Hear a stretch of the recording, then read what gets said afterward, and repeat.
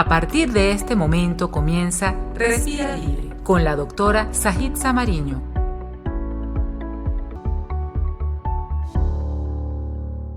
Bienvenidos, como todos los viernes de 9 a 11 de la mañana estamos con ustedes en el primer programa de salud de TNO Radio, Respira Libre. Y llegamos a ustedes gracias a la Dirección General de la Radio, Rafael Caselli, Ingeniería en Sistemas, Antonio Calderón, Coordinación de Sistemas, Carolyn Méndez, Producción, Andillor Murillo, Control Técnico y Asistencia de Producción, Edgar Pérez. También nos acompaña Bárbara Caguán y nos apoya. Y en la conducción, quien les habla, Sajid Samariño.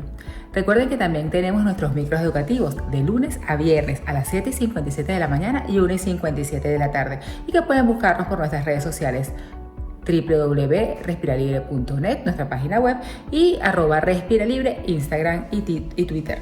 Así que sigamos con nuestro programa. Ahora vamos a un corte comercial. Ya regresamos con Respira Libre. Ya estamos de vuelta con Respira Libre. Respirando la historia. Venimos con Respirando la Historia. Se celebra el 3 de agosto, el Día Internacional de la Planificación Familiar. Es algo que tiene que ver con el control de la natalidad en la población sexualmente activa mediante el uso de anticonceptivos, de acuerdo a sus intereses y circunstancias de índole económica, social y personal.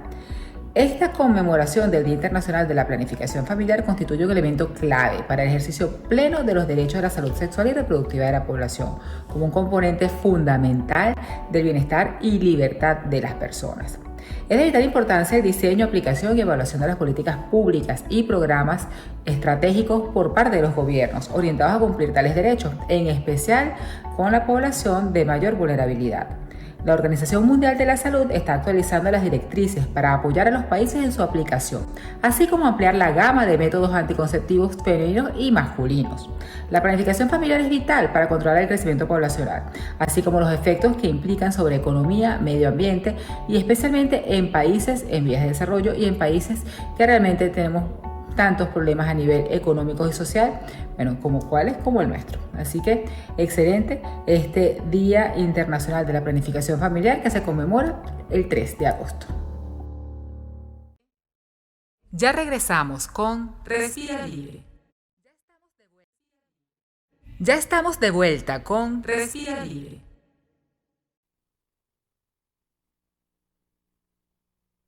Respirar y degustar los aromas.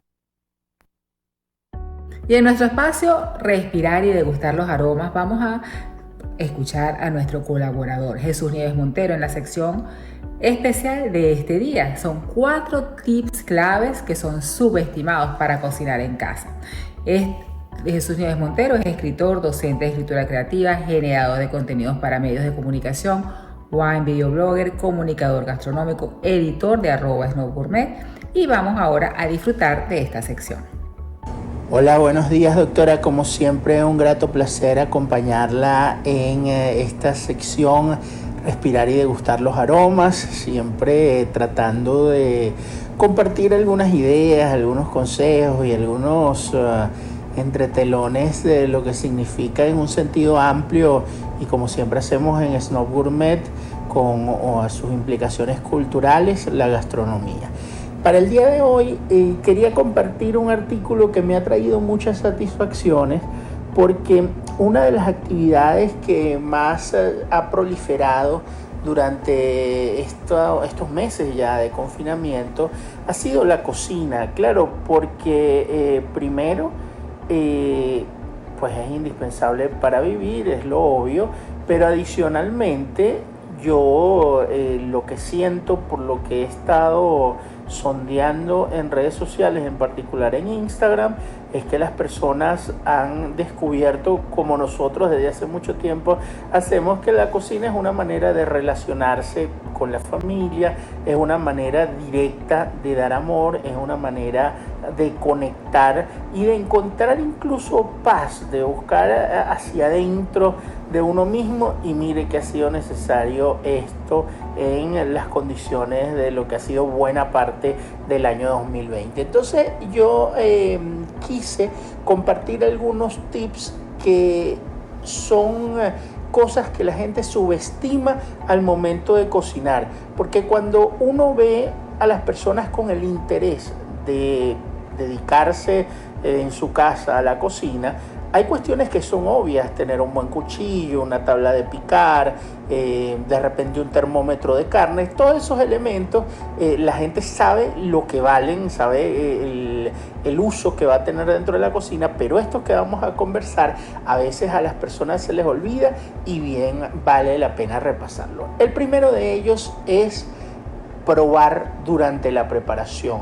No hay manera de que tú des con el sabor exacto si tú no vas probando a medida que vas cocinando.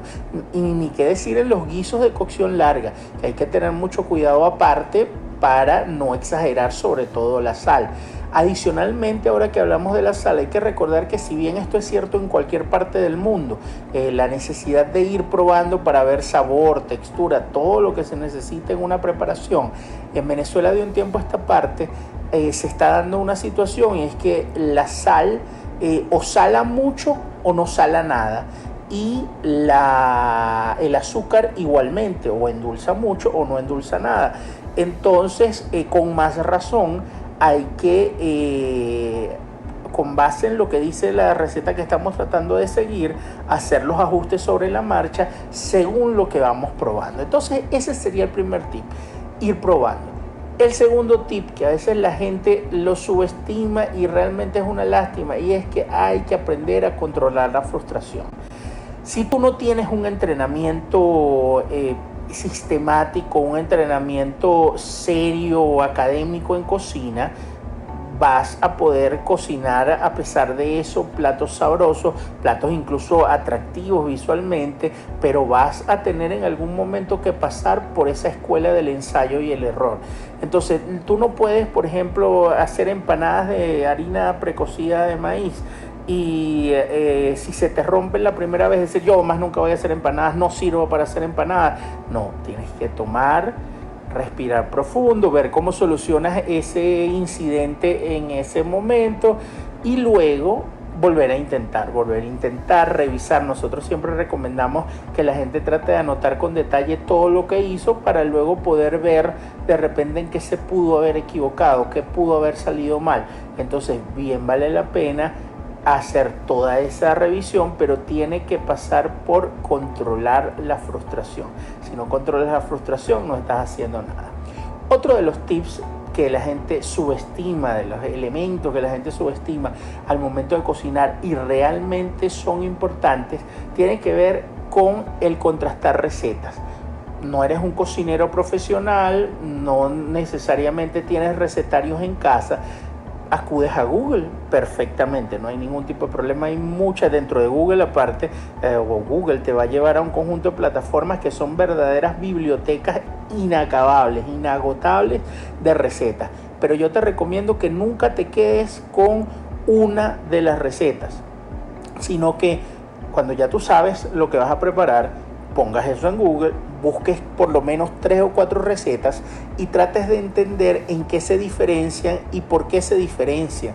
Hay veces que las sustituciones son solo por una grasa por otra, por ejemplo, pasa mucho mantequilla por margarina o al revés, pero trata de ver que no vayas a ser víctima tú, por ejemplo, de un error de transcripción, que alguien sin ninguna mala fe haya colocado una receta en internet y resulta que le falta un ingrediente y cuando tú preparas no te queda bien, pero es porque te aferraste a una sola receta. Si hubieras revisado 2 o 3 recetas, hubieras comenzado sin necesidad de asesoría alguna, a ver, aquí falta algo, aquí pasa algo, porque mira que en 3 recetas tiene tal ingrediente y aquí no. Ocurre mucho con los elementos espesantes, como puede ser la maicena, ocurre mucho con el polvo de hornear o la levadura. Cualquiera de esos elementos puede tener o puede faltar en una receta escrita y resulta que para el éxito del plato es indispensable que esté ese elemento. Otra más, también muy en línea con esto, trata en la medida de lo posible de buscar recetas que tengan fotos. Y fíjate que aquí tienes que unir estas dos cosas, lo de contrastar y las recetas con fotos, porque hay veces que tú vas a encontrar 10 recetas con una misma foto porque los editores que publicaron eso están utilizando una foto de referencia, pero trata de buscar recetas diferentes con fotos diferentes de tal manera que sepas qué es lo que estás buscando, o sea, cómo se va a ver al final del recorrido el plato, para que no te sientas, porque hay gente que dice, oye, pero imagínate, buscar una foto. Siempre comento que una de las mayores impresiones que yo he tenido en la vida fue una vez cuando entré al antiguo restaurante de la chef Elena Ibarra, restaurante Palms, allí en el Altamira Suites, y lo primero que uno veía en una de las paredes era todas las fotos de los platos, y en ese momento, hace alrededor de 11 años, yo no entendía bien por qué estaban allí, aparte porque yo había estado presente con la chef en la inducción a sus cocineros sobre el nuevo menú, y le pregunté, chef, ¿y esa foto? Y me dijo, porque es que es la única manera que cuando estamos apurados los platos salgan iguales, que la gente verifique aquí y esté allí, e incluso para que el chef jefe pueda verificar que sus asistentes estén haciendo bien el trabajo, porque le dice, mira, no está quedando igual que allí. Bueno, tú en tu casa humildemente lo haces de esa manera. Finalmente, tengo 2 recomendaciones de estas que subestimamos al momento de cocinar. Una es, trata de encontrar, como digo yo, el alma de una receta. Una vez que tú primero quieres hacer una preparación y luego encontraste la receta que mejor se ajustaba para tú poderla hacer, te recomiendo que sigas practicando y que de repente le des tu toque, que la hagas tuya, que tú sientas que llegue el momento en el que no tengas que ver la receta, que no estés tenso o tensa al momento de cocinar, sino que fluya, y eso es lo que yo llamo encontrarle el alma a la receta. Es algo que, como no somos profesionales de la cocina, te va a tomar tiempo, pero que vale la pena hacerlo. Y finalmente, el ingrediente que no puede faltar al momento de cocinar es la paciencia. No existe tal cosa como si esta preparación hay que llevarla al horno a 180 grados media hora, si lo pongo a 360 es 15 minutos. No existe. No existe tal cosa, pero pasa mucho en repostería, en panadería. Esto tiene que doblar, esta masa tiene que doblar su volumen. Oye, pero es que yo ya pasó la hora y no doy el volumen. Si pusiste la levadura, si todo está bien, de repente es que el ambiente está muy frío, se va a tardar, pero tienes que tener paciencia. Sin paciencia no puedes esperar que una plancha se caliente bien para que a tu bistec le salga esa capa tan bonita y que selle aparte los 2 lados. No puedes esperar a que un aceite esté a temperatura para que no se te enchumbe de grasa lo que vas a poner y para que puedas utilizar bien esa técnica que es la fritura. No puedes tener el horno precalentado para que la torta entre y se eleve lo que se tenga que elevar. Así que, además de todo lo que dijimos, debes tener paciencia. Bueno, doctora, espero haber contribuido a que quienes han estado y quienes seguirán cocinando incluso después de que se levanten estas medidas, puedan hacerlo de una forma efectiva, eficiente y, como decíamos, tener esa oportunidad que da la cocina de compartir, de disfrutar, de estar en familia. Muchísimas gracias como siempre por la invitación. Siempre hacemos la invitación, valga la redundancia, a que nos visiten en snobgourmet.com y en @snobgourmet en todas las redes sociales. Espero que podamos coincidir la próxima semana. Saludos. Ya regresamos con Respira Libre. Ya estamos de vuelta con Respira Libre. Medicina 2.0 en Respira Libre con el doctor Eliezer Melián.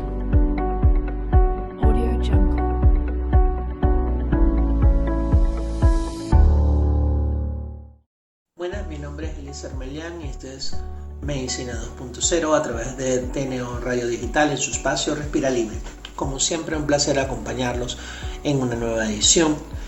Hoy hablaremos de un área fenomenal, interesantísima por demás, lo que es el área de la robótica en la medicina.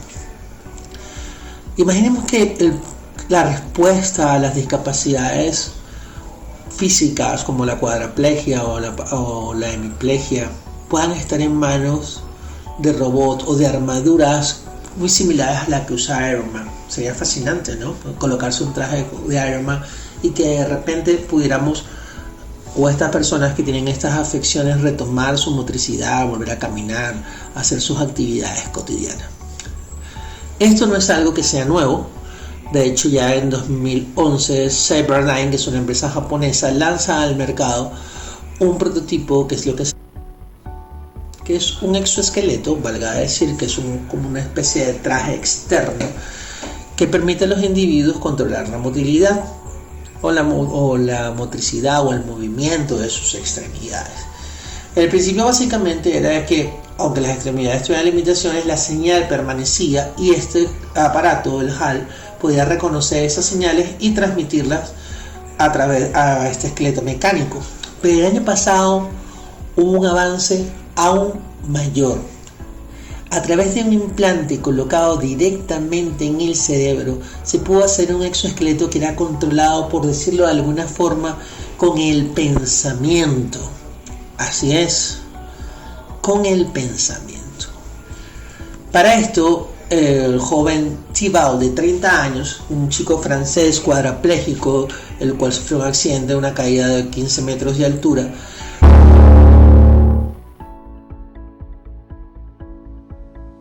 tras 2 años de entrenamiento y de investigaciones en un centro francés, lograron hacer un prototipo que funcionara de un exoesqueleto controlado a través de pensamientos. Se sometió a un entrenamiento riguroso, inclusive mental, con prototipos parecidos a los del Avatar, ¿ok? Y lograron en 2019 hacer la demostración de este aparato maravilloso. Se hizo una caminata de 408 pasos con el dispositivo. Y aunque todavía le falta perfeccionar el movimiento, hay cierto grado de imprecisión, evidentemente todo un camino por recorrer. Esta área es sumamente prometedora para los lesionados medulares en general y nos abre una esperanza en el futuro, ¿ok? Esto fue una de las grandes innovaciones del 2019 y creo que es algo que es digno de compartir. Cuando se diseñó Iron Man, lo plantearon como una máquina de guerra, y de la máquina de guerra estamos pasando a la parte curativa de la medicina. Así que no importa con dónde comiences, lo importante es dónde termines. Y nada, considero que esto puede ser algo que pueda ayudar a la humanidad de una manera asombrosa, de una manera importante, de una manera significativa. Sin más que conversar por el día de hoy, esto es Medicina 2.0. Mi nombre es Eliezer Melián. Pueden conseguirme en mis redes sociales como @androfertilidad y mi sitio web es www.androfertilidad.com. Que tengan el mejor de los días y no dejen de acompañarnos en su espacio Respira Libre por TNO Radio Digital. Ya regresamos con Respira Libre. Ya estamos de vuelta con Respira Libre.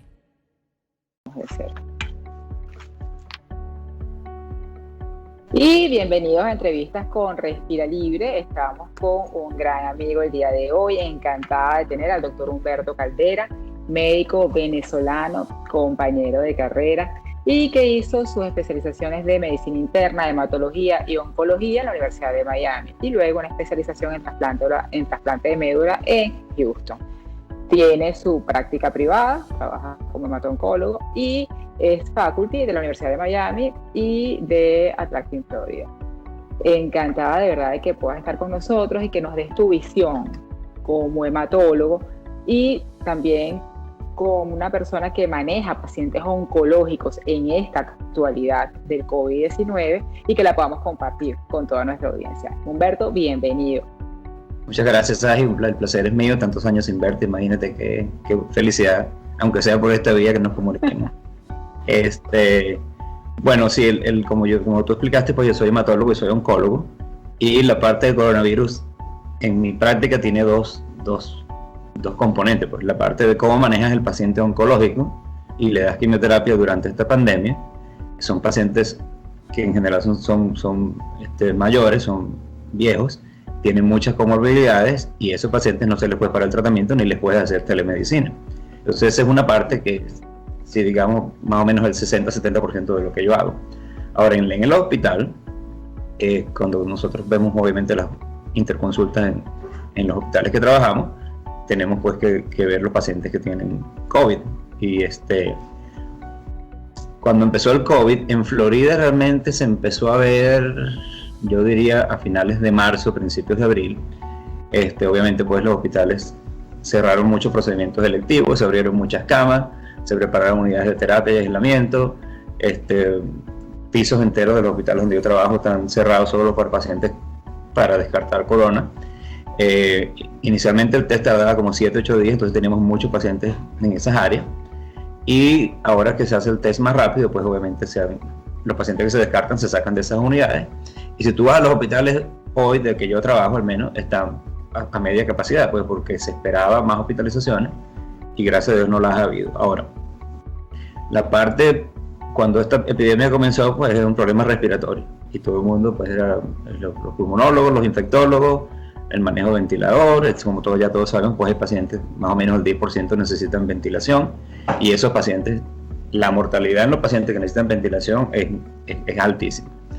Y se empezó a ver pues que el ventilador solo no solucionaba el problema, o sea, se empezó a ver que esto no era un problema netamente respiratorio, y dentro de las múltiples complicaciones que hay, se empezó a ver pues que había coagulación intravascular diseminada, exceso de trombosis profunda, embolismos pulmonares y trombocitopenia.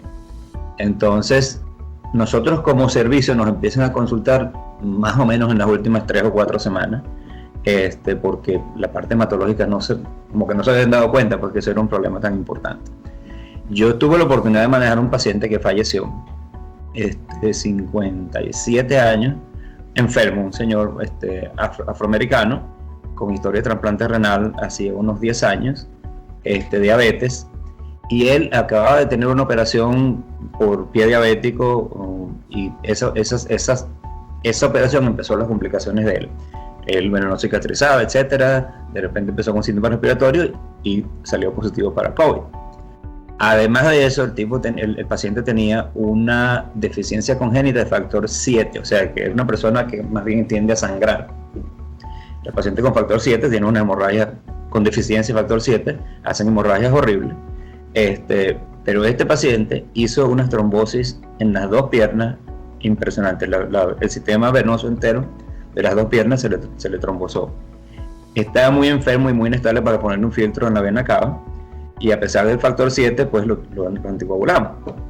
El dímero D de este señor y los productos de duración de fibrina estaban altísimos, lo que por supuesto es una coagulación intravascular diseminada, y este señor nunca estuvo intubado y se complicó y falleció por complicaciones hematológicas sin ni siquiera haber estado intubado. Pues este es el primer caso que yo vi realmente que es netamente hematológico.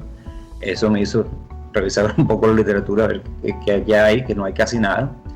Y hay algunos estudios de los coronavirus anteriores que han habido pues en el pasado, que reportan que la trombocitopenia y el aumento en los productos de duración de la fibrina y el dímero D estaban asociados a mortalidad mayor pues en ese grupo de pacientes.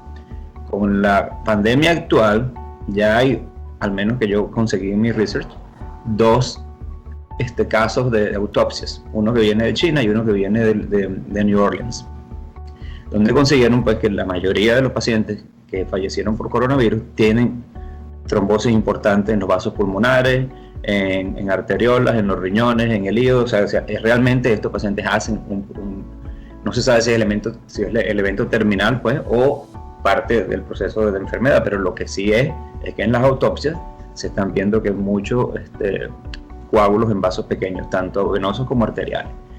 Y hay otro estudio en esta misma serie de autopsias que demostraron que el virus penetra el endotelio. Entonces es otra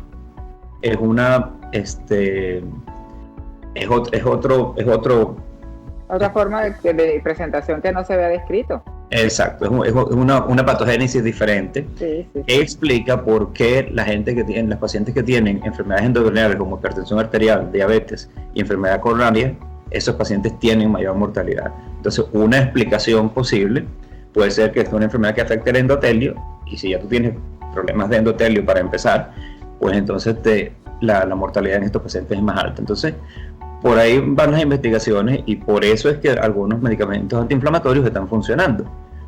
La cloroquina, pues, aunque no está probado que funcione, pues hay estudios de series de casos, pues, sobre todo de Francia. El más importante viene de Francia, que son como 1000 pacientes, y en pacientes antes de que estuvieran críticamente enfermos, si usan antiinflamatorios tipo hidroxicloroquina, pues pareciera que esos pacientes no llegan a enfermarse tanto.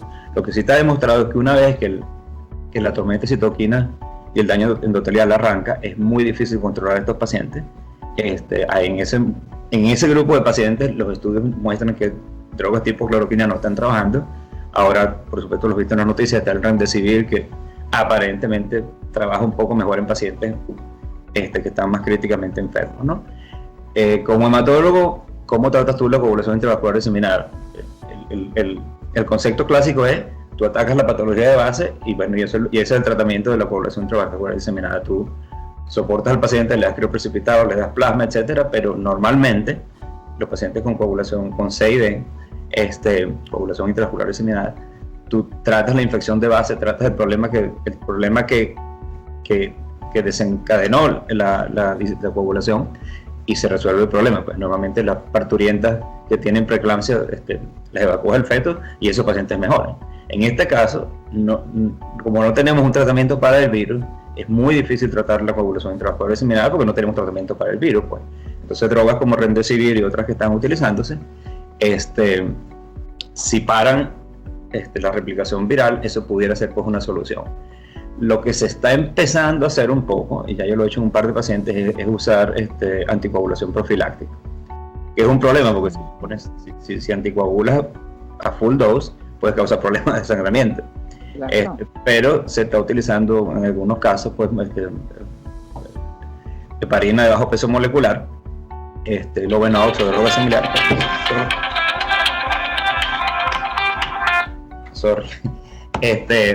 Entonces eso se está empezando a hacer, a usar un poco de anticoagulación antes de que aparezcan los síntomas de la coagulación intravascular diseminada, pues. También es un poquito problemático porque muchos pacientes que van a hacer coagulación intravascular diseminada primero tienen trombocitopenia.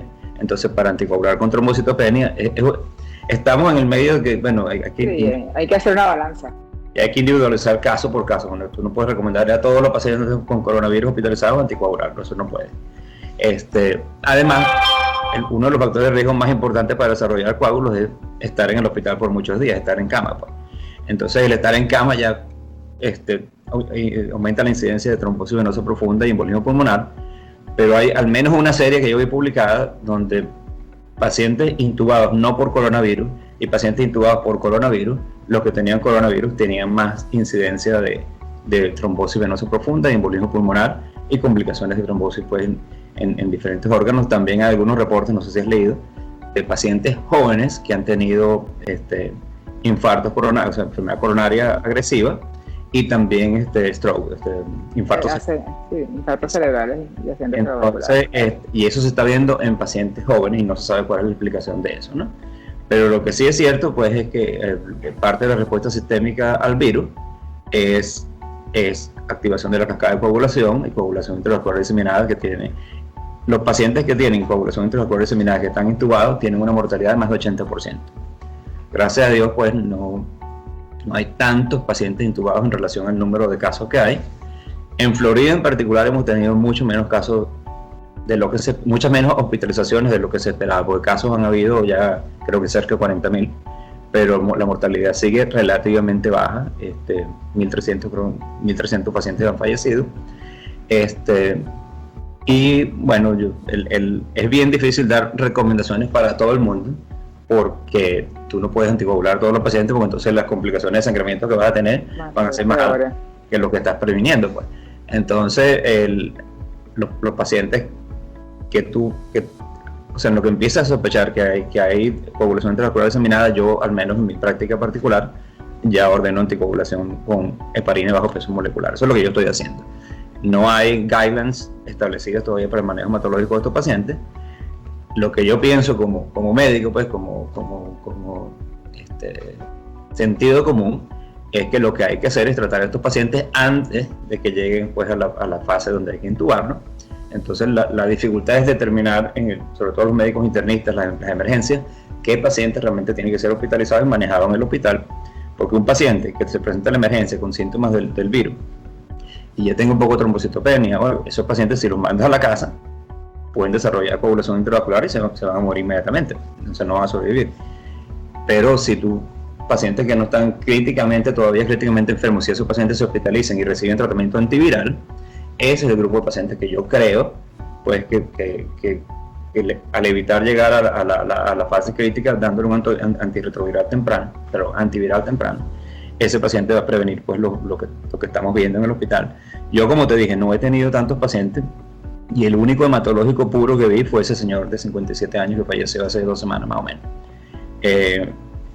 Y me parece lógica la explicación de que el virus afecta el endotelio y las personas que tienen enfermedades de base que afectan al endotelio pues están teniendo más problemas y más mortalidad. Yo no sé si te ayuda mi opinión o si tienes alguna pregunta. Sí, no, por supuesto, porque esa es una visión, como se ha manejado mucho la información para el público y para la parte médica, que también nos vemos nosotros mucho en este programa, de que hay solamente que al principio que era netamente respiratorio, ahora que hay la afectación con la cascada de citoquinas, que hay una afectación por el CID, pero la experiencia y la visión de un hematólogo, pues por lo menos en el programa no la habíamos presentado y yo no la he tenido, no he revisado en redes sociales ni en muchas partes de conversación que se haya podido emitir esta opinión, por eso es que me interesaba mucho poder nosotros ofrecerla. Yo creo que un mensaje para los médicos que están en el frontline, pues los emergencias, los primary cares, cuidado primario, los internistas, es que a estos pacientes que entonces sospechas el virus, yo pienso que hay que hacerle estudios de coagulación temprano. Hay que chequearle el PT, el PTT, las plaquetas, y hay que chequearle el dímero D o los productos de degradación de fibrina, porque se ha visto pues que si esos parámetros están alterados al principio, eso te puede indicar que ese paciente le puede ir peor. Entonces, yo cuando me consultan, siempre les digo, bueno, chequea esos parámetros y si están los parámetros bien, al menos ese paciente no ha comenzado una tormenta de citoquina, ni ha comenzado pues el proceso de coagulación intravascular diseminada. Eso serían mis 5 centavos, como dicen aquí en Estados Unidos, para ayudar pues en lo que uno pueda, los médicos que me están escuchando. Yo quisiera desviarme un poquito hacia la parte oncológica porque es claro, ahora sí, que el manejo o sea, ya que aclaramos un poco de la visión, ahora vamos, el paciente oncológico, que hay tanto paciente que en este momento eso quedó de lado. Cuéntanos un poco el manejo del paciente oncológico. Entonces, en la práctica de nosotros, como te dije, una práctica relativamente grande, somos 11 oncólogos, tenemos 3 oficinas y diariamente en la oficina nosotros se dan por lo menos 100 quimioterapias entre las 3 oficinas. Entonces, cuando empezó esto, lo primero que dijimos nosotros, ¿cómo cerramos la oficina? O sea, ¿cómo hacemos? Nosotros tenemos 80 empleados entre asistentes médicos, flebotomistas, personal de laboratorio, personal de farmacia y las enfermeras, obviamente. Entonces, ¿cómo esa gente que tiene que estar a juro en contacto cercano con los pacientes, ahí no se puede hacer distanciamiento social, ahí no se puede hacer la mayoría de las cosas que te dicen que hay que hacer? Y toda esa gente que trabaja en nuestra oficina, obviamente tienen su familia, tienen su gente y son gente pues que todos nos podemos contaminar, pues. Imagínate que cualquiera de nosotros, empleados o médicos, esté contaminado y contamine a la clínica. Ese ha sido un challenge. Hemos tenido que cambiar la manera como se practica la medicina, pero yo te puedo decir, al menos en mi práctica particular, los pacientes míos, ningún paciente ha dejado de recibir quimioterapia, a menos que sean problemas de mantenimiento, que son como cada 2 o 3 meses, que se da, por ejemplo, rituximab en algunos linfomas. Entonces, algunos de esos pacientes han cancelado. Yo me tocó en la oficina revisar pues cuál es la data en prácticas oncológicas en el mundo. Y hay estudios, hay papers bien interesantes, sobre todo de Italia, porque esto comenzó en Italia. Bueno, la parte de empezaron a ver pues lo grave. Pues, Italia fue el segundo país después de China pues que tuvo el problema. Entonces en Italia, inclusive ellos lo que hicieron fue que, como el sistema de salud allá es diferente, es todo socializado, ellos hicieron un hospital en el norte de Italia solo para pacientes oncológicos. Y cada paciente y cada persona que trabajaba en ese centro le hacían el test semanalmente. obviamente eso es bien difícil hacerlo y no teníamos suficientes test. Y nosotros decidimos pues seguir los guidelines de la Sociedad Americana de Oncología Clínica, que es, bueno, chequear temperatura de todo el mundo 2 veces al día, hacer interrogatorio de viaje, de fiebre, de síntomas a cualquier persona que entre a la oficina. Pusimos un escritorio en la entrada de las oficinas con una enfermera que le toma la temperatura a todo el mundo que entre y salga de ahí. No se aceptan familiares de los pacientes, y esto es una parte bien complicada porque muchos de estos pacientes son ancianos, y cuando tú estás hablando de diagnóstico y pronóstico en cosas oncológicas, pues es muy duro que estés solo y que no tengas nadie contigo. Entonces es una cero tolerancia, no entra nadie a menos que sea un paciente que tenga, oye, una silla de ruedas, algo así, o sea, bien poquita. Y haciéndolo así, hasta ahora no hemos detectado ningún caso positivo en la oficina. Se han tratado más del 90% de los pacientes que íbamos, o sea, que normalmente tratamos. Y obviamente pues hay que lavarse las manos 3 veces por paciente, estamos lavando las manos. Todo el mundo usa mascarilla, el paciente usa mascarilla, nosotros usamos mascarilla. El examen físico se limita a lo básico necesario que tienes que tocar al paciente, y las enfermeras y las asistentes médicas y las flebotomistas usan equipo completo pues de protección con visor, más guantes, mono quirúrgico, cosas descartables. Sí, y entonces, haciéndolo así, gracias a Dios hemos mantenido la práctica abierta, hemos mantenido el tratamiento en los pacientes, y yo pienso que es una experiencia importante compartirla, porque en algún momento las prácticas médicas tienen que abrir, y yo pienso que como decimos en Estados Unidos, el new normal, o sea, la nueva realidad va a ser que se va a acabar por un tiempo darle la mano a los pacientes, abrazar a los pacientes, limitar el examen físico y limitar el número de visitantes que entran a las oficinas, porque una persona contaminada que entre y estos pacientes inmunosuprimidos se enfermen, vamos por supuesto a tener problemas. La otra cosa que hicimos fue separamos las sillas de quimioterapia, todas a 6 pies, y bueno, simplemente pues muchísimos sanitizers por todos lados, lavarse mucho las manos. Y lo que yo aprendí desde que hacía trasplante, enseñar a la gente a no tocarse la cara. Si tú enseñas al paciente que se lave las manos, no se toque la cara y use máscara, el riesgo de contaminación disminuye bastante, no solamente con este virus, sino con cualquier otro virus. Entonces yo pienso que hemos aprendido mucho, todos los médicos, los pacientes, el público en general. Mi predicción es que el año que viene, cuando venga la temporada del flu de los Estados Unidos, va a haber mucha menos mortalidad, porque la gente va a saber cuidarse del flu, no solamente de este virus, sino del flu. Y a pesar pues, de que es muy triste que hayan muerto ya más de 60.000 personas en los Estados Unidos y más de 300.000 en el mundo, va a haber un aprendizaje pues, para la comunidad médica y para la comunidad no médica también, pues, y vamos a aprender más a cuidar a nuestros viejitos, y vamos a aprender pues que se puede vivir con un poquito de distanciamiento social. Pues. Yo no creo en el aislamiento completo, yo no creo que tú tengas que aislar el mundo por más de un año, porque en algún momento, pues, si tú sigues aislando el mundo y las economías siguen cayendo, van a haber más muertos por los problemas de la economía que por el virus en general. Esa es mi opinión. Sí, definitivamente, y sobre todo el manejo de los pacientes que están bajo tu cargo, que son oncológicos, es imposible que puedan parar su tratamiento, porque la mortalidad es lo que le viene al paciente oncológico sin tratamiento, mucho más allá de la mortalidad por el coronavirus. Entonces, esos esquemas tienen que seguir.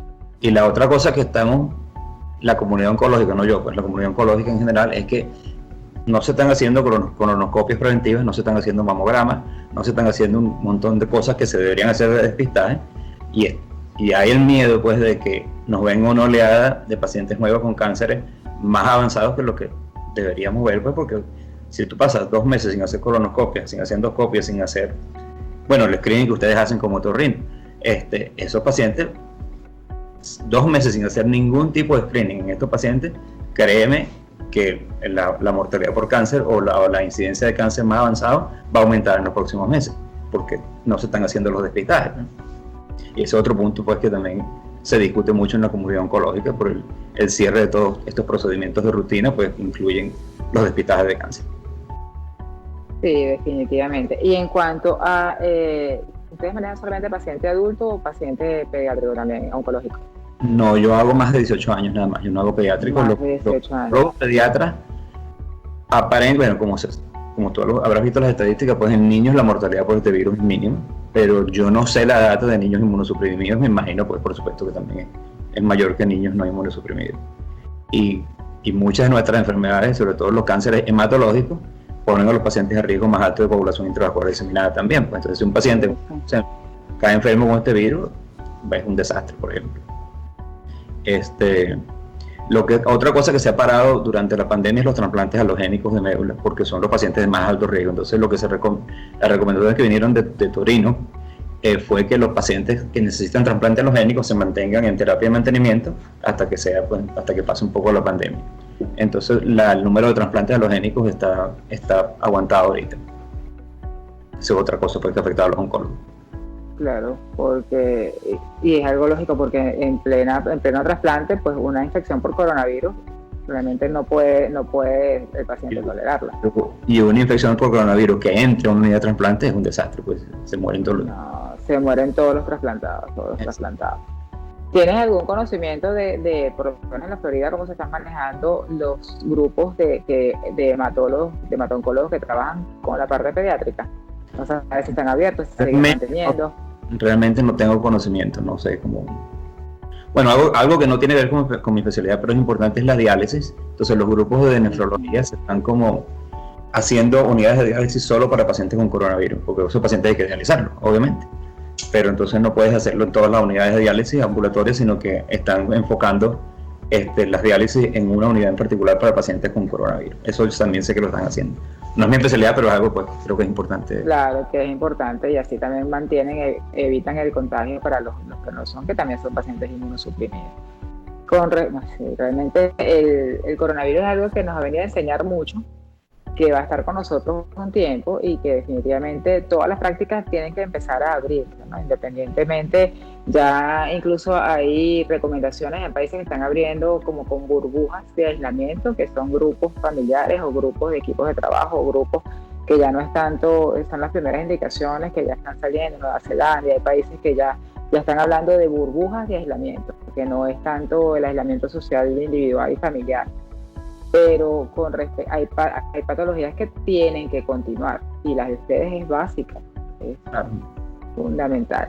La proyección, que algo tú dijiste bien importante, de que no se está haciendo el diagnóstico en este momento del cáncer precoz.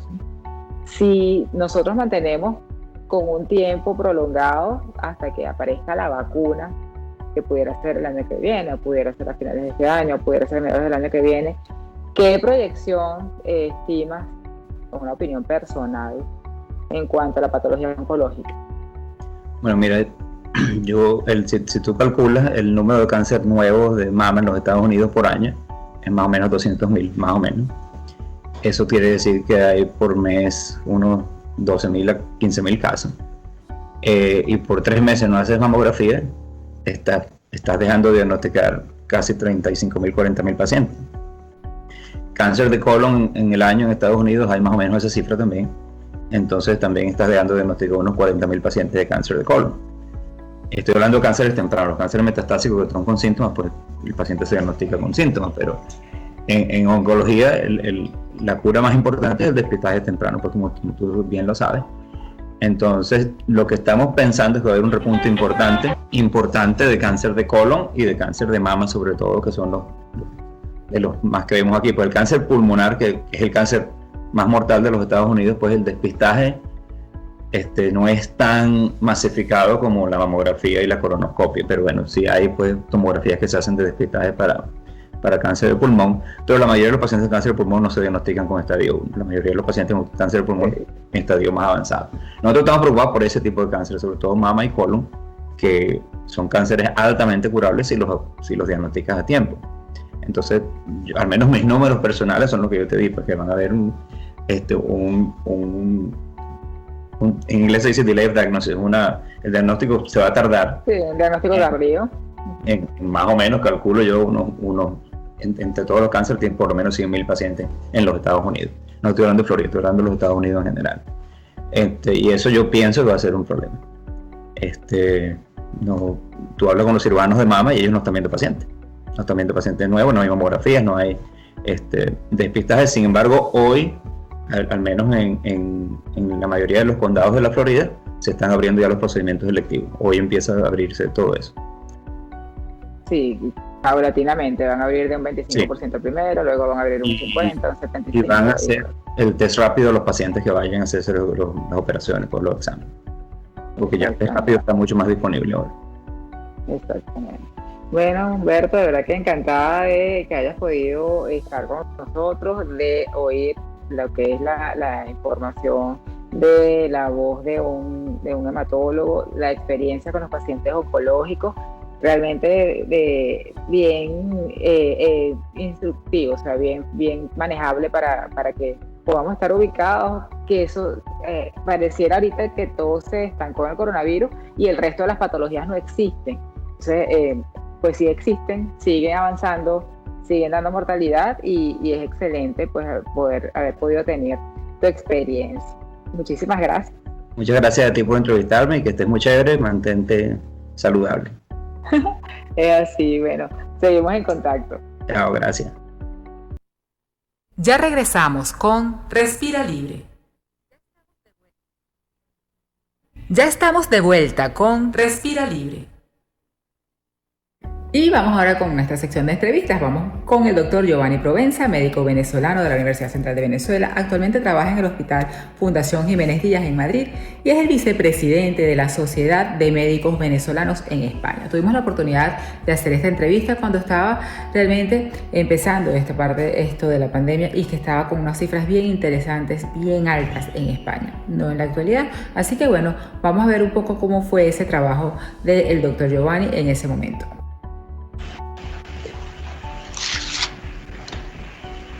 Muy bien, y bienvenidos a su programa Entrevistas con Respira Libre. Como estamos en nuestro ciclo de entrevistar médicos venezolanos que están en diversas partes del mundo, estamos ahora con el doctor Giovanni Provenza, médico cirujano de la Universidad Central de Venezuela, médico de la Fundación Jiménez Díaz actualmente en Madrid y es el vicepresidente de la Sociedad de Médicos Venezolanos en Madrid, en España. Bienvenido, Giovanni, encantada de que hayas aceptado nuestra invitación, muchísimas gracias. Y queríamos saber, bueno, tu experiencia con el manejo de los pacientes con COVID y todo lo que has desarrollado, cómo ha sido la práctica médica durante este tiempo de COVID-19 en Madrid, que ha sido una parte bien afectada. Muchísimas gracias, de verdad. Bueno, como bien sabes, España es uno de los países de Europa más afectados. Para la fecha hay más de 221.447 personas contagiadas por el COVID-19 y, lamentándolo mucho, una cifra que supera más de 26.000 personas que han fallecido, que han perdido la vida producto de esta enfermedad. España es el segundo país de Europa con más contagiados y el tercer país con más fallecidos. Esto es una cifra bastante importante.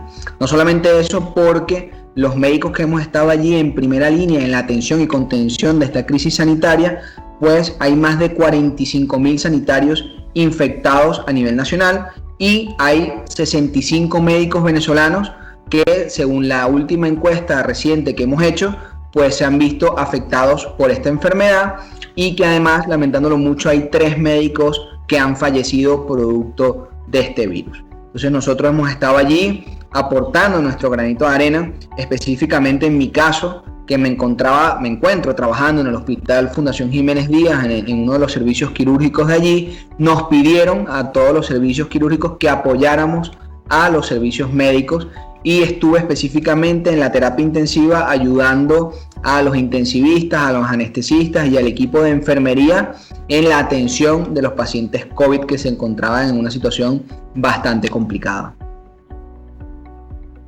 Y el tiempo, ¿desde hace cuánto tiempo, desde que empezó la pandemia, estás trabajando con los pacientes COVID? ¿Cómo ha sido el desempeño en todos estos meses? Pues porque ya tenemos varios meses de estar en el frente. ¿Y cómo ha sido tu participación y todos los procesos que han tenido que pasar? Y al principio pues fue una situación bastante complicada. La información académica que recibíamos de China y proveniente de Asia era bastante contradictoria y muy distante a la realidad que tuvimos que vivir los países europeos, específicamente Italia y España, que son los 2 países que más se han visto afectados por la magnitud y el impacto que ha tenido esta pandemia.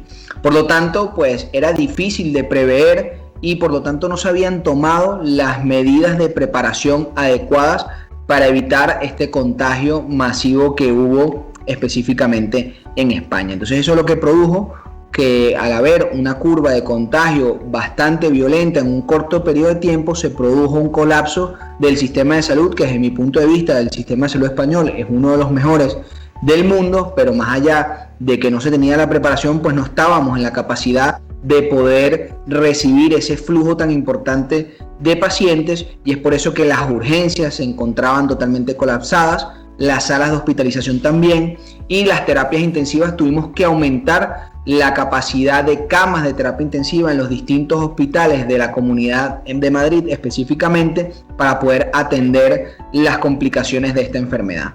El tratamiento al principio pues fue bastante difícil de establecer protocolos de actuación, y en el transcurso de cuando comenzó esta pandemia, que en España se decreta el estado de alarma el 14 de marzo, pues no se contaban con los protocolos de actuación, digámoslo así, adecuados, y que en el transcurso de esta crisis pues se fueron desarrollando, y vimos cómo la enfermedad, que bueno, cursa, por decirlo así, en 3 fases. Una primera fase con una afectación de la vía respiratoria superior, como si fuese una gripe o como si fuese un cuadro viral superior, incluso muchos pacientes con portadores asintomáticos o una sintomatología muy leve. En segundo lugar, una fase donde afectaba la vía respiratoria inferior, con incluso muestras de fibrosis pulmonar, y una tercera fase donde el paciente hacía tromboembolismos, donde además una insuficiencia respiratoria bastante importante y que ameritaba soporte ventilatorio en una cama de terapia intensiva. Desde mi punto de vista, que no soy experto, yo creo que lo que cambió el curso de la enfermedad, específicamente acá en España, fue cuando se comenzó a utilizar anticoagulantes para evitar el tromboembolismo que producía la enfermedad, y cuando se comenzaron a utilizar esteroides en altas dosis para disminuir la inflamación o el síndrome de inflamación generalizada, que acá se le puso el nombre de síndrome de activación macrofágica, incluso con una tormenta de citoquinas, y se empezaron a utilizar medicamentos biológicos como por ejemplo el tocilizumab, que actúa contra la interleuquina 6, y esos 3 factores yo creo que es lo que de una u otra forma mejoró el pronóstico y el tratamiento de estos pacientes, aunado al hecho del distanciamiento social y las medidas de confinamiento que se tomaron en toda España. Fue lo que logró de una u otra forma reducir la curva de contagio. Actualmente nos encontramos en una fase de estabilización o meseta, y de una u otra forma han sido las herramientas que hemos tenido y con las que hemos contado para poder frenar esta curva de contagio, específicamente acá en España. Y en cuanto a los pacientes, tu experiencia, ¿en qué áreas te desenvolvías tú antes de que empezaran a llegar los pacientes con COVID? ¿Cómo tuvieron los médicos de todas las especialidades que pues trabajar al unísono con estos pacientes? Me dijiste que tuviste que pasar a terapia intensiva. O sea, ¿cómo fue tu experiencia a nivel personal desde que esto empezó a llegar? Bueno, yo a título personal me encontraba en Venezuela, estaba de vacaciones allí, y llegué el 12 de marzo específicamente a España, y el 14 decretan el estado de alarma. Me incorporé a mis actividades. Yo estoy en el servicio de traumatología del Hospital Fundación Jiménez Díaz. Me encontraba allí pues prestando apoyo en las actividades quirúrgicas sobre todo, y al colapsar el hospital, pues lo que hizo es que todos los servicios quirúrgicos tuviésemos que de una u otra forma prestar apoyo a los servicios médicos. Entonces se hicieron turnos de trabajo donde apoyábamos la terapia intensiva, apoyábamos los servicios de hospitalización, de medicina interna, con, bueno, digamos que de una u otra forma, pues prestando ayuda, colaboración, en pautar el tratamiento, hablar con familiares, que también fue una situación bastante crítica, porque para evitar precisamente que se siguiera diseminando el virus, se tuvo que cortar todo tipo de contacto entre los pacientes y sus familiares. Incluso una de las cosas que más nos afectó a nosotros como profesionales de la salud es ver cómo muchos pacientes fallecieron sin poder despedirse de sus familiares de una u otra forma. Entonces, bueno, lo que hicimos fue organizar distintos turnos de trabajo en apoyo en la terapia intensiva, pronando, supinando pacientes, que mejora mucho el pronóstico también, en las salas de hospitalización, pautando tratamiento que nos indicaban los especialistas, los internistas en este caso, y por otro lado prestando apoyo también en la contención de la clínica respiratoria que presentaban pacientes en la urgencia. Entonces, disgregándolo, por decirlo así, en las salas de urgencias, en la sala de hospitalización y en la sala de terapia intensiva, nos abocamos a prestar apoyo. Incluso los residentes MIR, pues tuvieron que apoyar al personal de enfermería, haciendo el papel incluso de enfermeros y de apoyo de todos estos sectores que estaban saturados y que habían colapsado el sistema de salud. Claro, porque el apoyo de todos la emergencia fue absoluta. Con respecto a el número de pacientes, llegó un momento en que pues, estaban desbordados. En la actualidad, ¿cómo es ese número de pacientes que están manejando? Sí, como te comentaba, para ponerlo en cifras, en mi hospital hay 25 camas de terapia intensiva. Con el COVID tuvieron que aumentar la capacidad de camas de terapia intensiva a 70.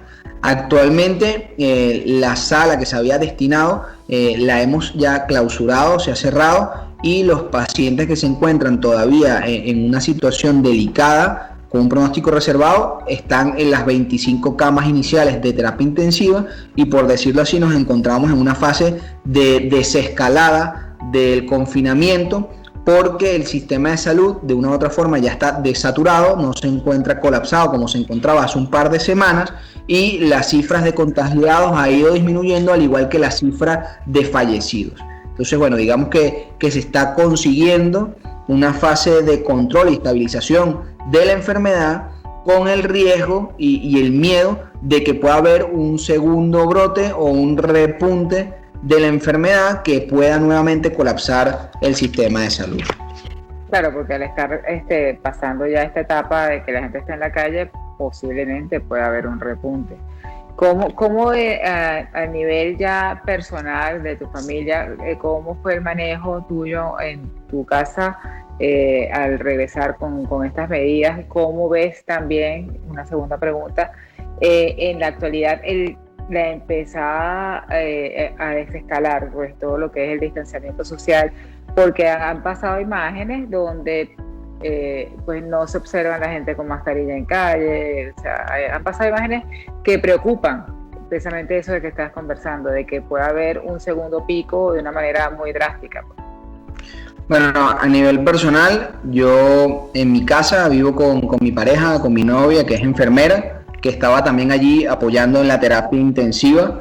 Pues bueno, digamos que los dos tratábamos de cuidarnos al máximo, de evitar el contagio en nuestra zona de trabajo, y al llegar a casa, pues bueno, evitábamos cualquier tipo de contacto con la ropa que traíamos, y mantener una higiene adecuada de manos. Y bueno, esas eran las medidas básicas que podíamos tomar en casa. Mi familia se encuentra en Venezuela, y bueno, cualquier, digamos, consejo que le hemos podido dar, pues de medidas de distanciamiento social, de confinamiento, de higiene de manos, pues es lo que se hace, ¿no? Y lo único que está demostrado y confirmado que evita el índice de transmisión y de contagio de esta enfermedad. En cuanto a las fases de desescalada acá en España, yo creo que es bastante difícil emitir un juicio de valor al respecto, porque no existe precedente en la historia moderna o en la historia en general de un proceso de desescalada de esta magnitud con la pandemia que estamos viviendo actualmente. Evidentemente lo que hacemos es un llamado a la conciencia colectiva de tomar las medidas de prevención adecuadas, de mantenerse en confinamiento si no es estrictamente necesario salir a la calle, porque también entendemos que hay que buscar un equilibrio entre la salud y la parte económica, que también es fundamental, importante para muchos españoles, y por otro lado, pues mantener el distanciamiento social de más de 2 metros y todas las sugerencias de prevención que se puedan hacer, como obsesionarse con algo tan sencillo como es el lavado de manos, que es lo que está demostrado que es el principal transmisor de esta enfermedad, y por otro lado, el uso de mascarillas, que es algo importante, sobre todo en el transporte público, para evitar esos aerosoles o esas gotillas que pueden promover la transmisión y la infección de este virus. Sí, definitivamente, como dices tú, la conciencia es lo básico. Y otros países también que ya han empezado a desescalar y incluso están hablando de Nueva Zelanda, de burbujas de lo que es la parte de seguridad y de mezclar los grupos. Con respecto a lo que tú ves que están viviendo ustedes en el día a día en España, ¿Cómo ves? ¿Se está respetando el confinamiento o la escalada de empezar a salir ha sido mucho más de lo esperado? Porque por las imágenes que nosotros estamos viendo pareciera que es mucho más. Bueno, yo creo que la gente, los medios de comunicación siempre hacen un uso, digamos, sensacionalista de muchas imágenes. Yo creo que en general la gran mayoría de la sociedad española ha tenido una conducta ejemplar en cuanto al confinamiento y a las fases de desescalada. Sin embargo, siempre va a haber, por decirlo así, alguien que dañe o que manche esta imagen, y han habido muchísimos casos de personas que de forma no justificada se han saltado el confinamiento y han generado esta matriz de opinión en contra. Yo creo que, como te comento, hay que apelar por la conciencia colectiva de entender que esta enfermedad no distingue entre grupo etario, condición socioeconómica, estrato social, y que cualquiera puede ser víctima de esta enfermedad, y que hay que protegerse no solo a sí mismo, sino a nuestros familiares y a todo nuestro entorno, porque podemos ser perfectamente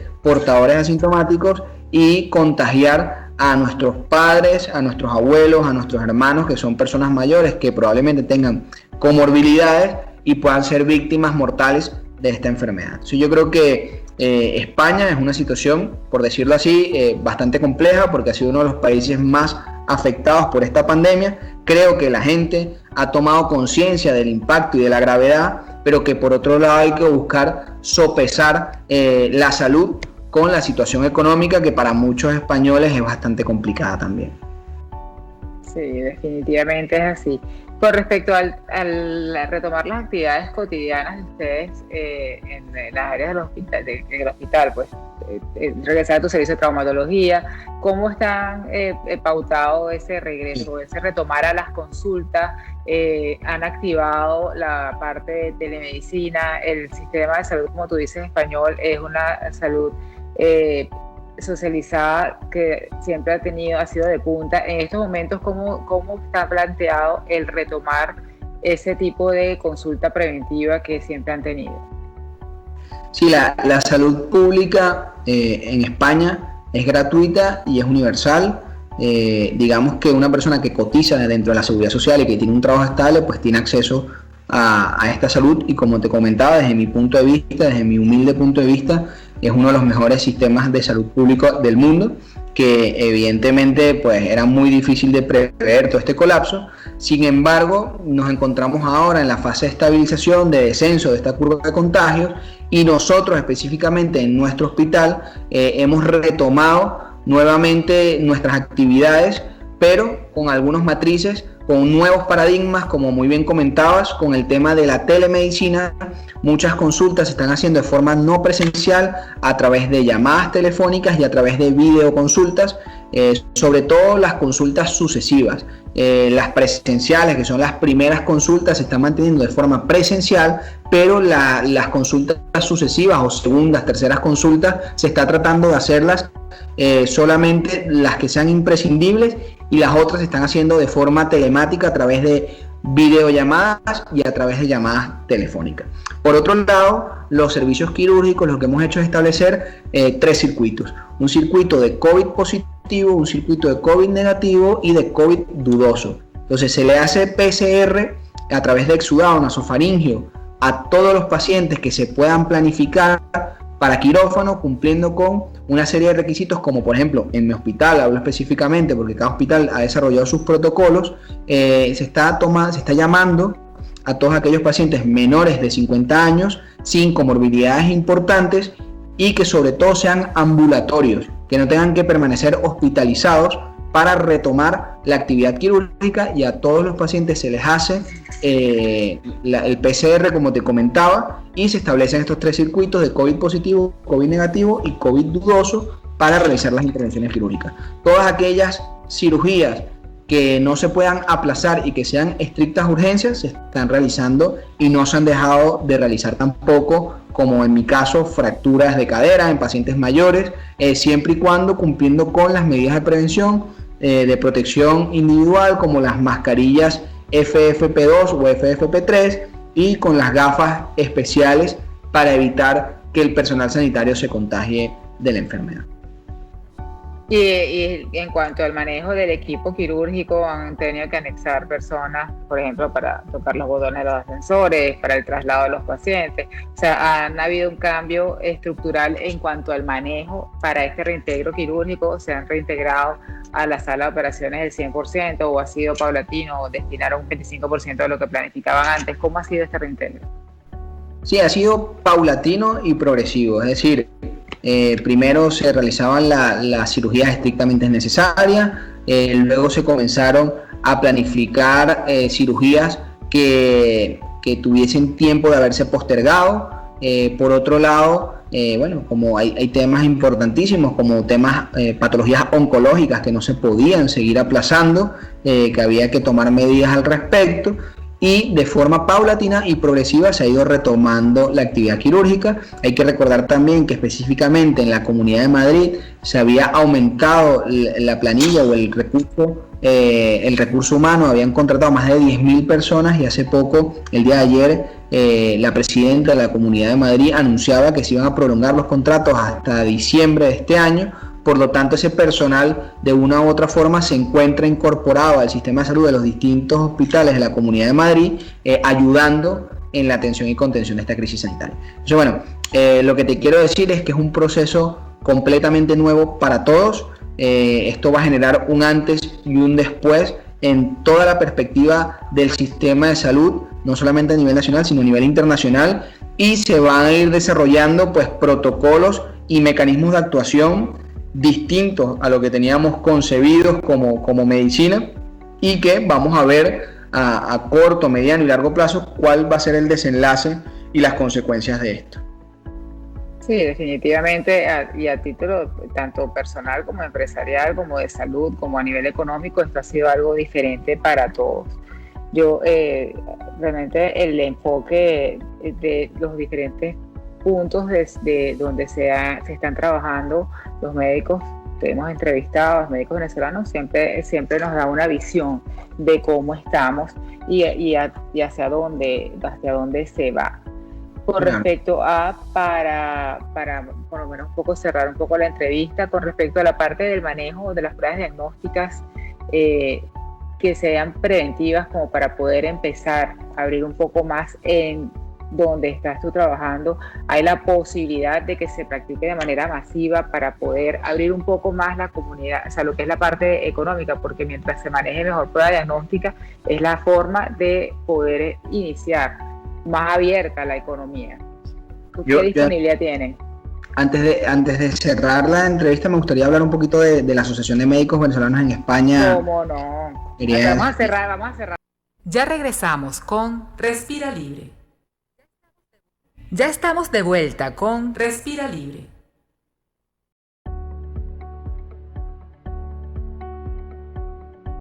Respira Libre Sport. Y en nuestro espacio de Respira Libre Sport tenemos a alguien de ejemplo. La doctora Josefina Monasterio, físico-culturista venezolana, radicada en Estados Unidos hace varios años, anfitrión de televisión, entrenadora de bienestar y vida. Y van a ver, una persona de 73 años, físico-culturista que empezó con esta disciplina deportiva después de los 50 años. Así que nunca es tarde, hay que seguir ese ejemplo. Y bienvenidos a nuestro programa de entrevistas con Respira Libre, nuestra sección de calidad de vida. Estoy encantada de poder entrevistar a Josefina Monasterios, físico-culturista venezolana, radicada hace varios años en Estados Unidos, anfitrión de televisión, entrenadora de bienestar y vida, y un ejemplo a seguir. Encantada de que haya aceptado nuestra invitación. De verdad, Josefina, cuéntanos, ¿cuántos años tienes tú en este mundo y por qué eres un ejemplo de calidad de vida de verdad? Una pregunta existencial. ¿Qué tiempo tengo en este mundo? He estado aquí siempre, eterna, mami, eterna.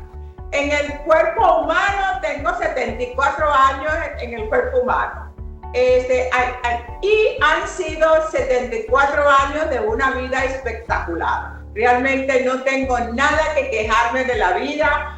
He vivido una vida fenomenal, he logrado mis metas, he ido donde he querido ir, Así es que aquí estoy 74 años y dándole mejor cada día. ¡Pau! Así es, increíble, definitivamente es un ejemplo, sobre todo en este momento del mundo tan particular donde estamos viviendo un cambio de todo lo que era nuestra normalidad. Hay que tener unas metas, hay que tener unos nortes como tú, porque definitivamente es una persona que es el ejemplo de la calidad de vida que se puede tener a pesar de los años, a pesar de todas las cosas, que lo que hay que tener son las ganas y la determinación. ¿Cómo ha sido esta trayectoria para que Josefina esté a los 74 años tan espectacular como está? Primero tengo que decirte que has tocado un punto bastante importante, que es cómo, a pesar de las circunstancias por las cuales estemos pasando en cualquier momento de nuestra vida, si nos acostumbramos siempre a tener una actitud positiva, a desarrollar el cuerpo, la mente, el espíritu, no esperar que lleguen las crisis para poder darnos cuenta, wow, ¿qué estaba haciendo yo con mi vida? Es muy importante ahorita que tengamos una base, que tengamos una fundación, que tengamos una roca. Y esas rocas vienen de desarrollarla todos los días. Así que me parece que ese es un punto muy importante, porque yo he visto mucho cómo la gente se desespera, el miedo, el terror, qué va a pasar, la inseguridad, la incertidumbre. Y realmente si hemos invertido nuestra vida, no importa si tengo 40, 80, 90, 100 años, pero en ese estado de conciencia, de responsabilidad para con uno mismo. Entonces cuando llegan estas situaciones como el huracán, como esto y como lo otro, tú estás tranquila, tú tienes paz, tú tienes tranquilidad, porque tú sabes que tú has vivido tu vida en una forma tan satisfactoria que si te toca irte hoy, tú estás bien. Tú no estás pensando, ay no, pero es que a mí me hubiese gustado hacer aquello, lo otro, yo no hice esto. Esa es la parte de la vida que yo le digo a Dios todos los días, si tú me quieres llevar hoy, llévame porque yo estoy feliz. Yo he logrado las cosas que me he propuesto a lograr en mi vida a fuerza de la actitud, del deseo, de la disciplina, de la perseverancia, de la fuerza, del valor, no tenerle miedo a la vida. Y yo me doy mucha cuenta de que le tenemos miedo a la vida. Pero ¿por qué tenemos que tenerle miedo a la vida? Si la vida es una aventura, es una experiencia, es algo espectacular. Y bueno, eso quería decirlo con respecto a lo que tú dijiste de los momentos que estamos viviendo ahorita, que tenemos que buscar esa base, esa fundación. Yo me alegro de ser un rayito de luz ahí en el mundo, que la gente puede ver, hay una forma diferente de hacerlo, hay una forma diferente de vivir, hay una forma diferente de pensar, no en esas cosas de las limitaciones, ya sea de edad, ya sea financiera, ya sea de geografía, cualquiera, no podemos aceptarlo. Definitivamente, y en este momento no puede haber limitaciones, ni puede haber esquemas, ni podemos estar completamente cerrados a que la forma que estábamos haciendo es la única. Tenemos que estar con la mente abierta, buscar unas nuevas soluciones. El que no se está ocupando de su cuerpo definitivamente es un momento de empezar a hacerlo, porque la salud a lo mejor antes se daba por sentado, y este es un momento del mundo donde la salud está siendo clara de que no está por sentado, de que hay que cuidarla. Y ese es un ejemplo. ¿Cuál es tu rutina? ¿Cuál ha sido tu rutina durante todos estos años? ¿Qué ejemplo nos puedes dar tú en cuanto a constancia y perseverancia, Josefina? Lo más importante que en la vida, para tener esa disciplina, esa perseverancia y esa constancia, es hacer las cosas que tú quieres hacer. Hacer las cosas. Tú no vas a hacer ejercicio porque yo hago ejercicio. Tú vas a hacer ejercicio porque a ti te gusta, y hay un tipo de ejercicio que a ti te gusta. Que vas a disfrutar. Exactamente. Entonces, establecer una forma de vida para ti. Si uno se guía de mentores, yo toda mi vida he tenido mentores, personas que yo las veo y digo, me gusta esa forma, me gusta esto, y los imito, pero los imito siendo yo. Y lo mismo tiene que pasar con todos nosotros. Busca lo que funciona para ti. Cada uno de nosotros tenemos una fórmula para el éxito. La fórmula de mi éxito no es la misma fórmula para ti de tu éxito. Entonces tenemos que, miramos como punto de referencia, pero entonces tu particularidad, ser única, ser diferente, ser tú. Y para tener esa disciplina, tú no tienes que tener disciplina si lo que tú estás haciendo tú lo amas. Si tú lo amas, no necesitas que forzarte, no necesitas disciplina, no. La gente dice, ay, yo quiero tener tu disciplina, pero es que yo amo yo no lo veo como disciplina. Yo lo veo como un estilo de vida, yo lo veo como esto me llena, me satisface, me nutre, me desarrolla, soy una persona todos los días diferente, no me encajono. Lo que tú decías de la flexibilidad, nuestras formas de conducta ahorita han cambiado debido al coronavirus y uno tiene que tener esa flexibilidad, porque en la flexibilidad uno no se revienta. Si tú tienes una mata y la mata es totalmente rígida y no es flexible, con los huracanes, mi mata, las pizzas se mueven con los huracanes, son flexibles. Y lo mismo tenemos que ser nosotros, tenemos que ser flexibles con las situaciones de la vida. No tenemos que decir, ay no, pero que antes era mejor. No, es diferente ahora, no era mejor, ahora es diferente. Y tu disfrute y tu paz y tu salud mental y emocional va a depender de cómo tú te acercas a esas situaciones, cómo tú ves esas situaciones. ¿Las ves como una oportunidad para ser mejor o la ves como un obstáculo para deprimirte y no hacer las cosas que realmente tienes que hacer y vivir una vida sana y saludable? Definitivamente eso viene de adentro. No puede ser alguien que te diga tienes que hacer 3 veces a la semana esta cosa. O sea, puedes tener como dices tú, una guía o un estilo de vida, pero si tú no lo asumes, no vas a llegar a los 74 años haciéndolo. Es algo que haces finito, lo haces durante 2-3 meses, pero no lo sigues haciendo. Eso es algo que definitivamente tú amas y por eso es que eres un ejemplo y por eso es que eres una mentora de lo que es el estilo saludable en la actualidad. ¿A qué edad empezaste tú a la parte de fisicoculturismo, a hacer todas tus rutinas? Bueno, el fisicoculturismo lo descubrí por casualidad. Aquí en el pueblo donde yo vivo estábamos haciendo un programa de televisión. Me conozco a mi entrenador, yo no sabía que él hacía nada de eso, pero lo conozco en ese programa de televisión. Empezamos a conversar y él me menciona el fisicoculturismo. Yo le digo, ¿pero qué es eso? Y él lo explica y yo digo, ay, pero ¿cómo se hace? Yo no sé. Me dice, tú puedes ser buena en eso. Yo le digo, ¿verdad? Pero yo no sé entrenar eso. Y él me dice, yo te entreno. Yo tenía 59 años. La cosa es que si uno viene arrastrando un lastre de limitaciones, tanto de la edad, como del sexo, como de la nacionalidad, como de la parte económica, cualquier limitación mental que uno se ponga, a mí jamás se me ocurre decirle a él, mira, por favor, pero tú sabes una cosa, yo soy una mujer de 59 años, yo no sirvo para eso. A mí jamás se me ocurre pensar de esa forma, porque yo pienso a nivel de potencial. ¿Qué puedo aprender? ¿Qué puedo descubrir dentro de mí? Él me empieza a entrenar en el 2005, en enero del 2005, en junio del mismo año, del 2005, me lleva a mi primera competencia donde arrasé. Los jueces me dijeron, Josefina, tú tienes un gran potencial, tú tienes una excelente simetría, tú tienes una buena presentación en el escenario. Comienzo este deporte con tremendo éxito, sería una boba si lo dejaría, porque mira todos los trofeos que tengo. Claro, atrás tiene totalmente. De trofeos y cada uno tiene 3, tú sabes. Y así comienzo mi carrera de fisicoculturismo.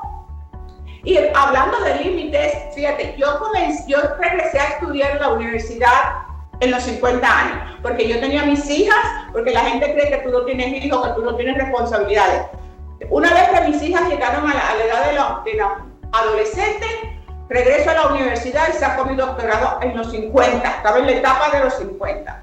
En los 60 me convierto fisicoculturista y en los 70 soy escritora. Ya tengo 4 libros en inglés y en español.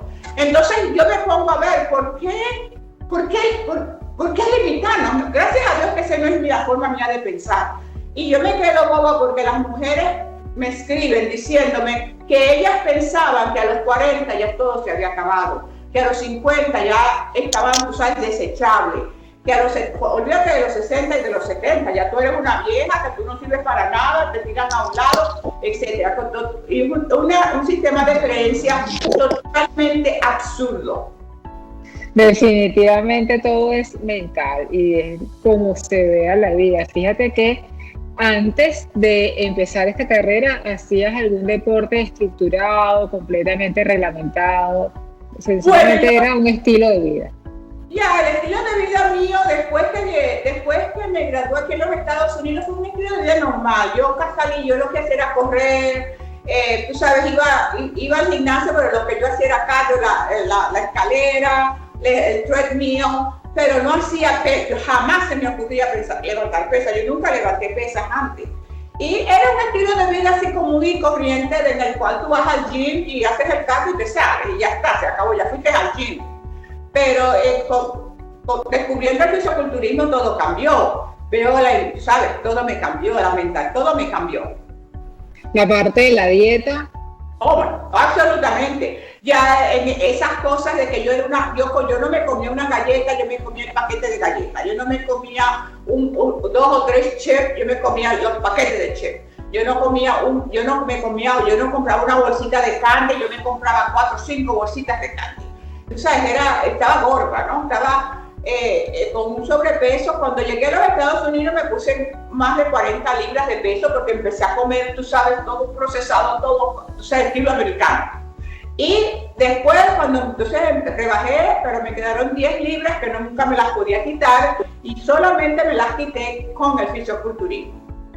Y la dieta totalmente, yo no tengo cravings, tú sabes, antojos de dulce, yo no como nada, todo me cambió, mi taste, tú sabes, el sentido del gusto me cambió, ya no tengo eso de que tengo que comer 40, no, yo no como carne ahora, no como nada de eso, todo cambió, es increíble, porque tú ves el beneficio que esto tiene, tú ves, en este año yo aumenté casi 3 libras de masa muscular. Una mujer de 74 años no se supone que puede aumentar. Aquí tengo el test. Este test me lo hice este año. Estaba aquí tenía, no lo veo bien, pero aquí se ve que aumenté 3, ahí se puede ver la fecha. Ahí se ve exactamente cómo aumentas de masa muscular, imagínate tú. Claro que sí, eres un ejemplo perfecto.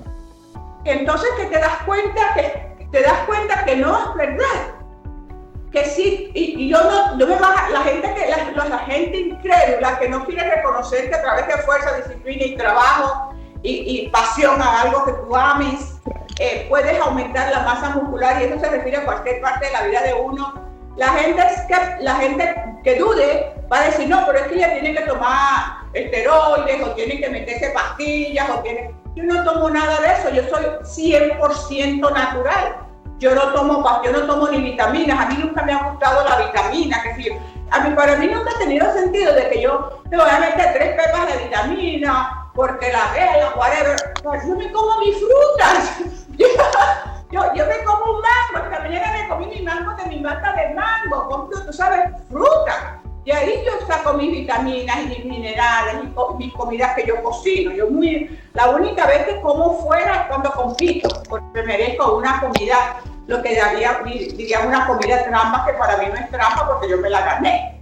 Y esa es la única forma, pero es increíble, por eso hay que derrotar esos mitos. Fíjate, esta parte, la verde, son mis huesos. Mira mis huesos. Nada de osteoporosis, eso no va contigo, osteoporosis, ningún tipo de problemas metabólicos, para nada. Nada de eso, pero ¿a qué se debe? Al estilo de vida. Lo más importante es el ejercicio y la nutrición, y después el descanso y las otras cositas. Claro, en la actualidad que realmente lo estás trabajando en cuanto a lo que es ser coach de calidad de vida, enseñar la parte de vida saludable, estos libros, háblanos un poco en estos 5 minutos que nos quedan, de cuál es el ejemplo, qué es lo que estás evocando en todos nosotros que lo estamos viendo. Yo lo que estoy compartiendo es que es posible ser mejor cada día. El hecho que nosotros estamos pasando cada día, no es que cada día tú te vas a poner peor. No, porque ya tú estás vieja, ya tú tienes 40 años, ya no te puedes poner esas cosas de etiqueta, porque no es correcto. Uno no quiere decir que no va a morir, sí, que no se va, pero uno puede uno puede cumplir años y madurar cada día en una forma mejor. Eso de que no, porque ya yo tengo 74 años, yo tengo que estar vieja, gorda, fea, arrugada, en una silla de ruedas, en una andadera y con un bastón. Por favor, eso no es hacerle honor a Dios. Y desde la parte espiritual, eso es una arrogancia. Que uno tenga falta de respeto para este cuerpo, que es el templo del Espíritu Santo si uno es cristiano. Yo como soy cristiana, yo creo en eso. Y para mí, humildad es cuidarte. La humildad es apreciar ese cuerpo, es dedicarte al desarrollo de tu cuerpo, tu mente y tu espíritu. Para mí, eso es humildad. Arrogancia es el abuso, es el no cuidarte, es el maltratar ese cuerpo. Tratas mejor tu carro que tu cuerpo, que es tu vehículo, que es tu templo, que es tu casa, que te lleva, que te trae, que tienes unos ojos, que tienes unos pies, que tienes unas manos, que puedes oler, que puedes ver, las flores, que puedes apreciar este mundo maravilloso en el cual vivimos. Y entonces con esa falta de respeto y esa arrogancia de creer que podemos abusar, entonces tú ves que la gente anda asustada, con miedo, desesperados, inseguros y que la vida no sirve para nada. Y con eso yo digo, ¡pau! Tú dices, ¡wow! ¡Pau! Es así, definitivamente, wow. Increíble cómo eres un ejemplo total. Y más en estos momentos. ¿Cómo ha afectado para ti, para el cierre, esta actualidad que estamos viviendo con la pandemia? Para mí nada ha cambiado. Sinceramente te digo, mami, para mí nada ha cambiado. Yo seguí entrenando, no en el gimnasio, estaba cerrado, pero uno se adapta. Hablábamos de flexibilidad al principio, se compran las cuerditas, si no puedes comprar cuerditas, trabajas en tu casa, bailas en tu casa, pones la música, haces un cardio espectacular. Entonces para mí nada ha cambiado porque cuando yo veo en el mundo supernatural, y es en la parte de la vida mía, ahorita más en el mundo supernatural, todo es perfecto. Todo es perfecto. Sí, está la pandemia, está el huracán, está todas esas cosas, pero yo soy una testigo. Yo solamente estoy viendo eventos que están pasando. Yo no tengo que involucrarme en esos eventos con miedo, con terror, porque Dios no me dio a mí el espíritu de miedo, Dios me da a mí el espíritu de poder, el de control, de que me controle, etcétera, etcétera, etcétera. Entonces yo como funciono mucho desde el punto de vista espiritual, yo sigo el reino de Dios, ¿verdad? Yo sigo el reino de Dios. En el reino de Dios todo es perfecto. Yo me levanto a las 3 de la mañana, veo la creación divina, converso con Dios, veo toda aquella cosa espectacular de 3 de la mañana hasta las 7 de la mañana. Mi vida es perfecta, gracias a Dios, porque no me involucro ni en las cosas a nivel universal, ni en cosas a niveles personales. Cada quien con su drama, cada quien con su cosa, yo te respeto, original, sé feliz, pero no conmigo. Encantada, Josefina, de haberte tenido en esta entrevista. Eres un gran ejemplo de calidad de vida, sobre todo para este espacio de Respira Libre que queremos llevar a las personas. Siempre nuestro eslogan es lo que es salud, educación y calidad de vida. Yo creo que tú englobas las tres. Y bueno, nada, esperemos leer esos libros y seguirte de cerca. ¿Tu red social la puedes repetir, por favor? Sí, en Instagram es @Dr. Josefina Monasterio. En Facebook es Josefina Monasterio y me consiguen en Facebook Josefina Monasterio. El canal de YouTube que tengo videos espectaculares es Doctora Josefina Monasterio, DR Josefina. Josefina, en YouTube es DR Josefina. Perfecto, vamos a seguir ese YouTube. DR Josefina. Josefina, encantada de que hayas estado con nosotras. Respira Libre, su video, sus micrófonos siempre están abiertos para ti y el mejor ejemplo a seguir. Gracias por haber estado. ¡Wow! ¡Wow! I love you. Bye. Ya regresamos con Respira Libre. Ya estamos de vuelta con Respira Libre. Respira News. Cerrando con el Respira News, tenemos algo bien interesante que se ha hecho en Venezuela, hecho en nuestro país, para que la protección del personal de salud sea mucho más eficiente con los pacientes con COVID. Hay una unión entre la Universidad Simón Bolívar y el Hospital de Clínicas Caracas, donde diseñaron un cubo de vida para proteger al personal de salud. Nosotros tuvimos esta semana el gusto de poder hacer un live con ellos y llevar esta información. El Cube DV es un modelo construido con acrílico que cubre al paciente desde la cabeza hasta la parte superior del tórax para ser utilizado en los procedimientos que pueden generar partículas de saliva en aerosol. Con la utilización del cubo, quienes atienden al enfermo reducen la exposición al virus, reseña el portal web de la Universidad Simón Bolívar. Valiéndose de la experiencia de anestesiólogos, el equipo multidisciplinario rediseñó la caja de aerosol hecha por Robert Canelli y su equipo de investigación en el Boston Medical Center, siguiendo dos criterios: seguridad y efectividad. En las pruebas realizadas en el Hospital de Clínicas Caracas se demostró que el panel frontal inclinado mejora significativamente la visibilidad del paciente. El trabajo producto de la investigación fue publicado en el Journal Global Clinical Engineering. Debemos mencionar que tuvimos el gusto de, recordarles que tuvimos el gusto de entrevistar en un live al doctor Roberto Moreno, anestesiólogo de Clínicas Caracas y del Grupo Médico Santa Paula, que fue quien estuvo con nosotros en este live del día jueves, y a través de Respira Libre lo pueden ver colgado en nuestro feed del Instagram @respiralibre, pueden ver esta entrevista. Y así llegamos al final de nuestro programa, felices de estar con ustedes como todos los viernes de 9 a 11 de la mañana. De una manera o de otra, pero siempre estamos con ustedes a través de TNO Radio. Nuestro querido director general de la radio, Rafael Gacera, hace todo lo posible para mantenerse activo, para que estemos actualizados, y aquí estamos todos juntos con él para llevarles siempre o tratar de estar con ustedes todos los viernes. Ingeniería en Sistemas llega a través de Antonio Calderón, coordinación de sistemas Carolyn Méndez, producción Andillor Murillo, control técnico de asistencia de producción Edgar Pérez, Bárbara Caguán, que nos apoya, y quien les habla, Sajid Amarillo. Como todos los viernes, los esperamos el próximo viernes a las 9 de la mañana. ¡Feliz semana!